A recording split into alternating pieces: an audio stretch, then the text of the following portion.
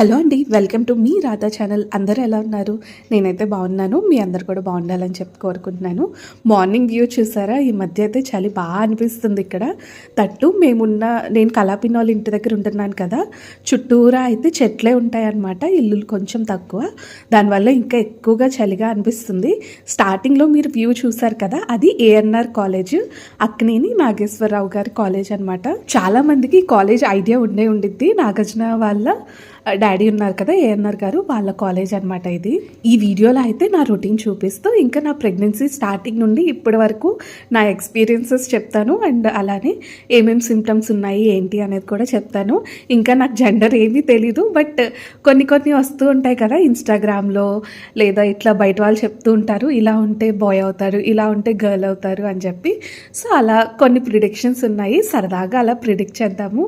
And మా family వాళ్ళు ఏమనుకుంటున్నారో కూడా నేను ఇందులోనే చెప్తాను. అండ్ మీకేమనిపిస్తుందో మీరు కూడా కమెంట్ చేయండి. ఏదేమైనా సరే జనవరి వచ్చేస్తుంది కదా, ఫైనల్గా ఎలా బేబీ బాయ్ అయ్యారా బేబీ గర్ల్ అయ్యారా అనేది ఎలానో తెలిసిపోతుంది. అండ్ ఎవరైనా నాకు సంతుకి ఏదైనా ఓకే అనమాట. నార్మల్గా ఉంటుంది కదా, ఫస్ట్ ప్రెగ్నెన్సీ అనగానే మీకు బాయే పుడతారు అని చెప్పేసి చాలామంది అన్నారనమాట. ఈవెన్ మా అత్తమ్మ వాళ్ళు, అంటే వాళ్ళందరికీ ఏంటంటే ఫస్ట్ అబ్బాయి పుట్టాక తర్వాత అమ్మాయి పుడితే బాగుంటుంది అన్నట్టు ఉందన్నమాట. బట్ మేము స్టార్టింగ్ నుండి అస్సలు ఏమీ ఎక్స్పెక్టేషన్స్ పెట్టుకోలేదు. ఏ రోజు నేను సంతు అసలు ఏ జెండర్ పుడతారు అనే విషయం కూడా మాట్లాడుకోలేదు. ఎప్పుడు ఇంకా బాధ్యతలు పెరుగుతాయి, ఏం చేయాలి, ఎలా ఉండాలి అని మాట్లాడుకున్నాం. కానీ ఏ రోజు అంటే ఈ బాయ్ కావాలి గర్ల్ కావాలి అని ఎందుకో తెలియదు, ఎప్పుడు మాట్లాడుకోలేదు. బట్ నేను మాత్రం 9th month వచ్చేసరికి ఒక ఎక్సైట్మెంట్ వచ్చేస్తుంది కదా, లైక్ ఇంకా ఫ్యూ డేస్లో బేబీ వచ్చేస్తుంది అని. సో ఇప్పుడు నాకు అనిపిస్తుంది అనమాట, అరే బేబీ ఎలా ఉండబోతుంది, నాలా ఉంటారా లేదా సంతులా ఉంటారా, బాయ్ అవుతారా గర్ల్ అవుతారా, బాయ్ అయితే ఎలా చూసుకోవాలి గర్ల్ అయితే ఎలా చూసుకోవాలని. అబ్బా, అసలు నా ఎక్సైట్మెంట్కి అసలు ఇట్లా అవధులు లేవన్నమాట. ఇంకా ఎక్కువ ప్రిడిక్షన్ చేయడం స్టార్ట్ చేస్తాను నేను కూడా. ఆ బేబీ బంప్ ఇట్లా ఉంటే ఇలా అవుతుందేమో, మేబీ నాకు బాయ్ పుడతాడేమో, మళ్ళీ ప్లెజెంటా అవన్నీ పొజిషన్స్ చూసి గర్ల్ పుడుతుందేమో అన్నట్టు నాకు నేనే ఎక్కువ ప్రిడిక్షన్స్ చేసేసుకుంటున్నా. ఇంకా సంతూన్ కూడా అడిగాను అనమాట, నీకు బాయ్ కావాలా గర్ల్ కావాలా, ఎవరిని ఎక్స్పెక్ట్ చేస్తున్నావు అని చెప్పేసి. సంతు అయితే ఒక్కటే అన్నాడు, డెలివరీ మంచిగా అయిపోవాలి, నువ్వు బేబీ ఏ జెండర్ అయినా పర్లేదు, మీ ఇద్దరు హెల్దీగా ఉంటే అదే చాలు, నేను ఏమి ఎక్స్పెక్ట్ చేయట్లేదు, బాయ్ అయినా నా బిడ్డే గర్ల్ అయినా నా బిడ్డే అన్నాడు. సో నాకు చాలా హ్యాపీగా అనిపించింది. ఇంకా నా ప్రెగ్నెన్సీ జర్నీ గురించి అయితే మాట్లాడేసుకుందాము. నా లాస్ట్ ఎల్ఎంపీ వచ్చేసి April 15th అనమాట. May 3rd మా పెళ్లి రోజు. అయితే అది అయిపోయిన తర్వాత నుంచి ఎందుకునో నాకు కొంచెం అదొక టైప్ ఆఫ్ లోపల నుండి ఒక ఫీలింగ్ వస్తుందన్నమాట. సో నేనైతే నా పీరియడ్ రాకముందే నేను టెస్ట్ చేసుకున్నాను, పాజిటివ్ వచ్చింది. బట్ వెంటనే అయితే డాక్టర్ దగ్గరికి వెళ్ళలేదు. సరే మళ్ళీ 15th వస్తే ఎట్లాగో 1 month అయిపోద్ది కదా అన్నట్టు వెయిట్ చేసి అప్పుడైతే డాక్టర్ దగ్గరికి అయితే వెళ్ళామన్నమాట. డాక్టర్ అయితే అంత ఎర్లీగా స్కానింగ్ అది చేయకూడదు అని చెప్పి ఇంకొక 2 weeks ఆగాలి అని చెప్పి మమ్మల్ని అయితే వెయిట్ చేయించారు. తర్వాత 2 weeks తర్వాత నేను వెళ్ళాను. అప్పటికి హార్ట్ బీట్ వచ్చేసింది బేబీకి. ఇంకా ఫస్ట్ మంత్ అయితే బాగానే ఉంది. ఇంకా సెకండ్ మంత్ నుంచి కొన్ని సిమ్టమ్స్ అయితే స్టార్ట్ అయినాయి అనమాట. డాక్టర్ అయితే నాకు ఇది ఫోలిక్ యాసిడ్ ఇచ్చారు, డైలీ ఏదో ఒక టైంలో వేసుకోవాలి అని చెప్పేసి. అప్పుడు స్టార్టింగ్లో అయితే నాకు 1.5 month వరకు ఏమీ సిమ్టమ్స్ అయితే ఏం లేవు, అంతా బాగానే ఉంది. బట్ వన్స్ 1.5 month స్టార్ట్ అయిన తర్వాత నుండి నాకైతే మార్నింగ్ సిక్నెస్ ఉండేదన్నమాట. ఓన్లీ అంటే లెగంగానే బ్రష్ చేసేయాలి, లేకపోతే ఒళ్ళంతా తిప్పేసినట్టు అట్లా అనిపించేది. తెల్లవారుజామున ఎప్పుడైనా మెలకు వచ్చి ఇట్లా దాహం వేస్తుంది కదా, అలాంటప్పుడు వాటర్ ఏమన్నా తాగితే వెంటనే వామిట్ అయిపోయేది అనమాట. అలా చాలాసార్లు అయ్యింది నాకు. అప్పుడు నాకు అర్థమైంది, ఫస్ట్ నాకు మెలకు వచ్చేది 4వ, 3వ, ఏ టైం అయినా అవని నేను ఫస్ట్ మొహం అయితే కడిగేసుకోవాలి, ఆరల్స్ బ్రష్ అయినా చేసేసేయాలి. అవి 2 చేయకుండా నేను డైరెక్ట్గా ఏమన్నా తీసుకున్న వాటర్ తాగినా సరే ఇంకేం చేసినా సరే నాకైతే వామిటింగ్ అయిపోద్ది అనమాట. సో అలానే నేను ఎప్పుడు midnight 3 o'clock లేసినా 2 o'clock లేసినా వాటర్ తాగడానికి ఫస్ట్ నోట్లో వాటర్ పోసుకొని క్లీన్ చేసుకొని ఆ తర్వాతే తాగేదాన్ని అనమాట. ఇంకా అదే కాకుండా బ్రష్ చేసుకొని టంగ్ క్లీన్ చేసుకుంటాం కదా, అప్పుడు కూడా కొంచెం ఎర్లీ మార్నింగ్ లైట్గా వామిట్ అయినట్టు అట్లా ఫీలింగ్ వచ్చేదనమాట. ఇంకా వన్స్ ఒక్కసారి బ్రష్ చేసిన తర్వాత అంతా నార్మలే, నాకు ఏదన్నా తినొచ్చు, ఎంత వాటర్ అయినా తాగొచ్చు. ఇంకా వామిటింగ్ ఫీలింగ్ అయితే అసలు నాకు ఏం వచ్చేది కాదు. ఇంకా డే అంతా చాలా నార్మల్గా ఉండేది అదర్ దెన్ మార్నింగ్. సో అలా మార్నింగ్ సిక్నెస్ ఉంటే గర్ల్ పుట్టిద్ది అంటారు. ఇంకా క్రేవింగ్స్ విషయానికి వచ్చేస్తే నాకైతే ఎక్కువగా ఇడ్లీలు, దోశలు ఇవే ఎక్కువగా తినాలనిపించేది. స్పైసీ ఫుడ్, పుల్లగా ఉన్న ఫుడ్ అండ్ స్వీట్స్ కూడా నేను తినేదాన్ని. ఇట్లా బందర్ లడ్డూలు అవన్నీ నార్మల్గా స్వీట్స్ నేను ఎక్కువ తినను. ఆ టైంలో పర్లేదు, 4th 5th మంత్ వచ్చేసరికి బాగానే అప్పుడప్పుడు తినాలనిపించేది స్వీట్స్. సో అవి కూడా తినేదాన్ని. నార్మల్గా ఏంటంటే సాల్టీ ఫుడ్, స్వీట్ ఫుడ్ అయితే గర్ల్ అంటారు కదా, సో మేబీ గర్ల్ కూడా అయ్యి ఉండొచ్చు.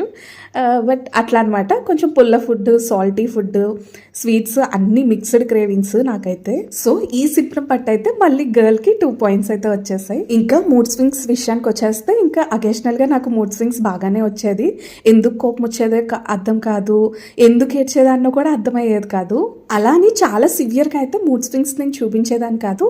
అకేషనల్గా ఒక్కొక్కసారి ఏమయ్యేదంటే సద్దు ఆఫీస్ నుండి వచ్చేసరికి నేను ఏడుస్తూ ఉండేదాన్ని అనమాట. అలానే ఒకరోజు అయింది, ఫోన్ చూస్తూ ఉన్నాను, ఏడుపు వస్తుంది. ఎందుకు ఏడుపు వస్తుందో అర్థం కాలేదు.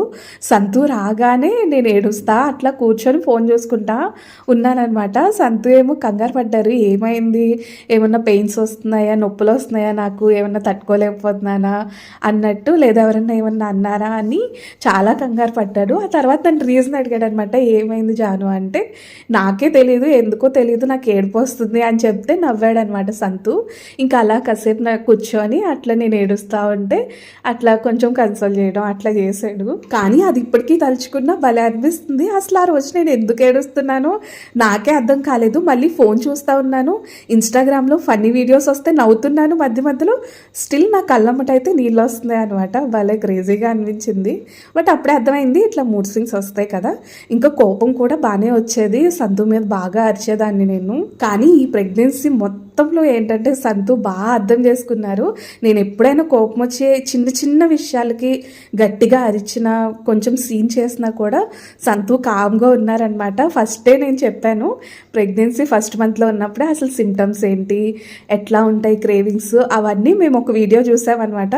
సో సంతుకి ఆ విషయంలో అయితే ఒక క్లారిటీ ఉంది. ఓకే, నార్మల్గానే ఇది మెంటల్ది, అసలుకే ప్రెగ్నెన్సీ టైము, ఇంకా ఉంటాయి కదా మూడ్ స్వింగ్స్ అని పాపం అర్థం చేసుకునే వాళ్ళు. నన్ను ఇప్పటి వరకు అయితే ప్రెగ్నెన్సీ టైంలో ఎక్కువగా ఏమి అంటే బాధ పెట్టలేదు. నేనే ఎక్కువ మూడ్ స్వింగ్స్ వచ్చి అరిసేదాన్ని, కానీ సంతు అయితే నన్ను రిటర్న్ ఎప్పుడూ తిట్టలేదనమాట.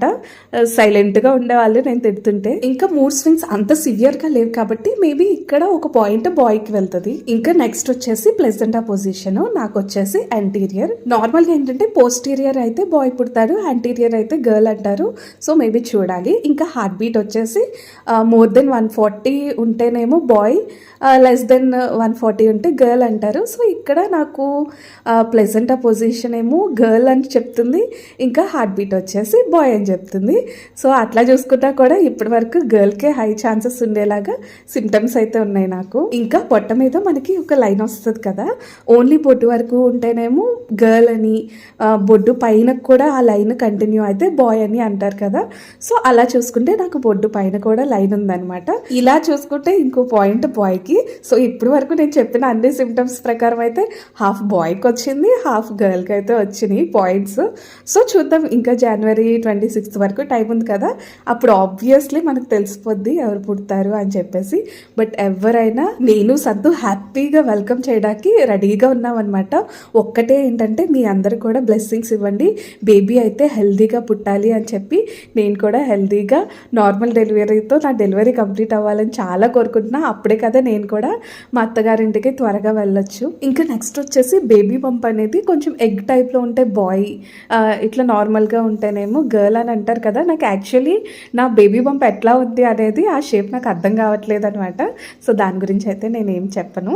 అండ్ అంతే, మీ అందరి నుంచి నేను కోరుకునేది ఒక్కటే, మీ అందరు నన్ను బ్లెస్ చేయండి. దేవుడి దయ వల్ల నేను వెజైనల్ బర్త్ చేసి త్వరగా రికవర్ అయ్యి నేను బేబీ హెల్తీగా మళ్ళీ సంతు దగ్గరికి వెళ్ళిపోవాలి అని చెప్పి. నెక్స్ట్ వీడియోస్లో అయితే నేనైతే ఇప్పుడు 9th మంత్ వచ్చేసింది కదా, ఆ చెకప్కి అయితే వెళ్ళాను.